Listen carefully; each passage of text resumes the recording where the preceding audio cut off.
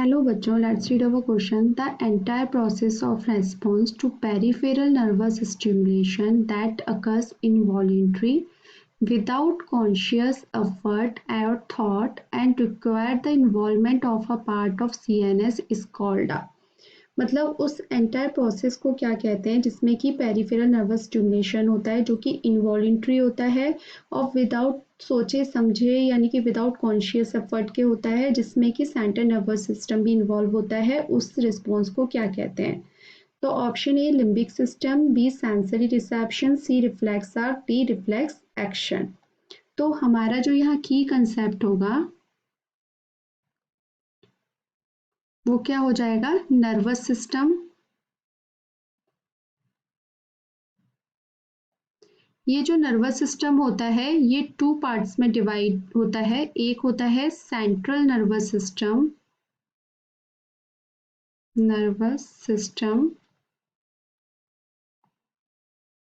दूसरा होता है पेरिफेरल नर्वस सिस्टम, पेरिफेरल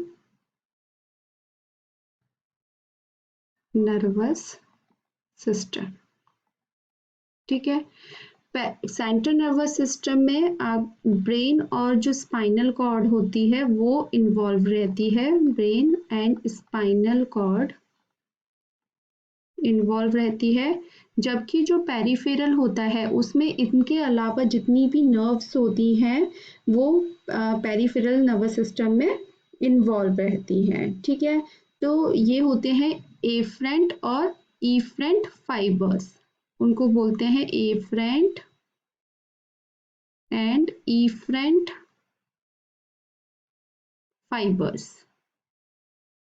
ठीक है, तो अब क्या एक हमारे क्वेश्चन में जो हमसे पूछा है कि the entire process of response to peripheral nervous stimulation that occur involuntary. ठीक है, तो क्या होता है जब भी हम एक इसको एग्जाम्पल से समझते हैं, जब भी किसी को हम किसी गर्म चीज को छूते हैं, ठीक है, कोई हॉट प्लेट को हमने टच किया तो एक रिफ्लेक्स पाथवे बन जाता है। ठीक है, जिससे कि हम तुरंत उस उधर से वहां से अपना हाथ हटा लेते हैं।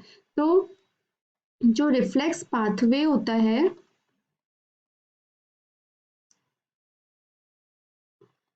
उसमें क्या क्या प्रेजेंट होता है? एफरेंट 1,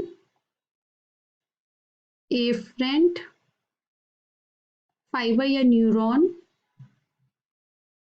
ठीक है, जो कि रिसेप्टर होता है, +1 इफरेंट न्यूरॉन। ठीक है, तो इस पाथवे में क्या होता है कि जो एफरेंट न्यूरॉन होता है वो रिसेप्टर की तरह काम करता है। तो जब भी जहां से भी हमारा हाथ जला है वहां से जो एफरेंट जैसे हैंड है यहां से क्या होगा, एफरेंट न्यूरॉन जो है वो रिसीव करेगा सिग्नल को, एफरेंट न्यूरॉन रिसीव सिग्नल। ठीक है, बहुत फास्ट होता है ये। फिर ये जो इम्पल्स हैं ये कहाँ जाएंगे, सिग्नल जो कहाँ जाएंगे, via dorsal nerve root into the central nervous system, central nervous system में जाएंगे at the level of spinal cord,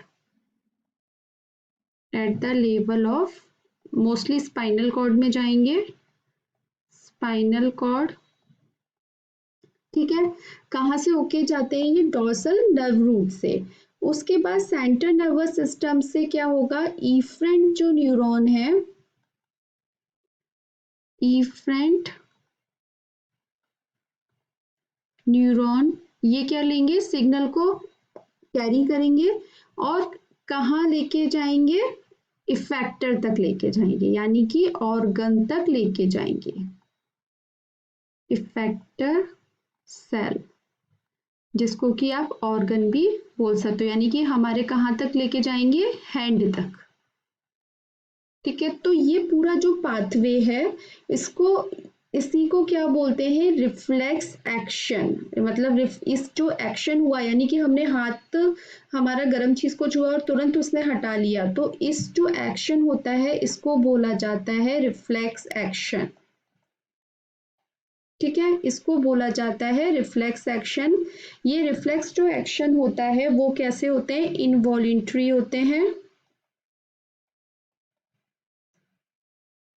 जो कि ऑटोमेटिक होते हैं या स्पॉन्टेनियस होते हैं, या ऑटोमेटिक होते हैं, और बहुत क्विकली होते हैं as compare to normal action. ठीक है, और ये क्या करते हैं, प्रिवेंट करते हैं बॉडी को from any adverse effect, prevent body from any adverse effect. ठीक है, तो हमारा आंसर हमको मिल गया कि रिफ्लेक्स एक्शन इसका आंसर होगा, क्योंकि ये एंटायर प्रोसेस जो कि पेरिफेरल नर्वस सिस्टम के स्टिमुलेशन से होता है और इनवॉलेंट्री होता है, विदाउट कॉन्शियस एफर्ट और थॉट, और require the involvement of a part of CNS, यानी कि सेंट्रल नर्वस सिस्टम भी इसमें इंक्लूड है। तो हमारा जो आंसर हो जाएगा वो क्या हो जाएगा, रिफ्लेक्स एक्शन। अब ये रिफ्लेक्स आर्क क्या होता है, the path of completion of reflex action is called reflex arc. The path of, जो पाथ यूज किया इसने कंप्लीट करने के लिए ऑफ रिफ्लेक्स एक्शन, उसको बोला जाता है रिफ्लेक्स आर्क।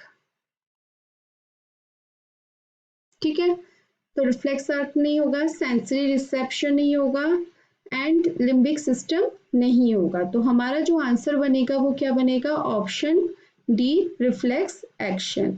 आई होप आपको ये आंसर समझ में आया होगा। Thank you so much, all the best.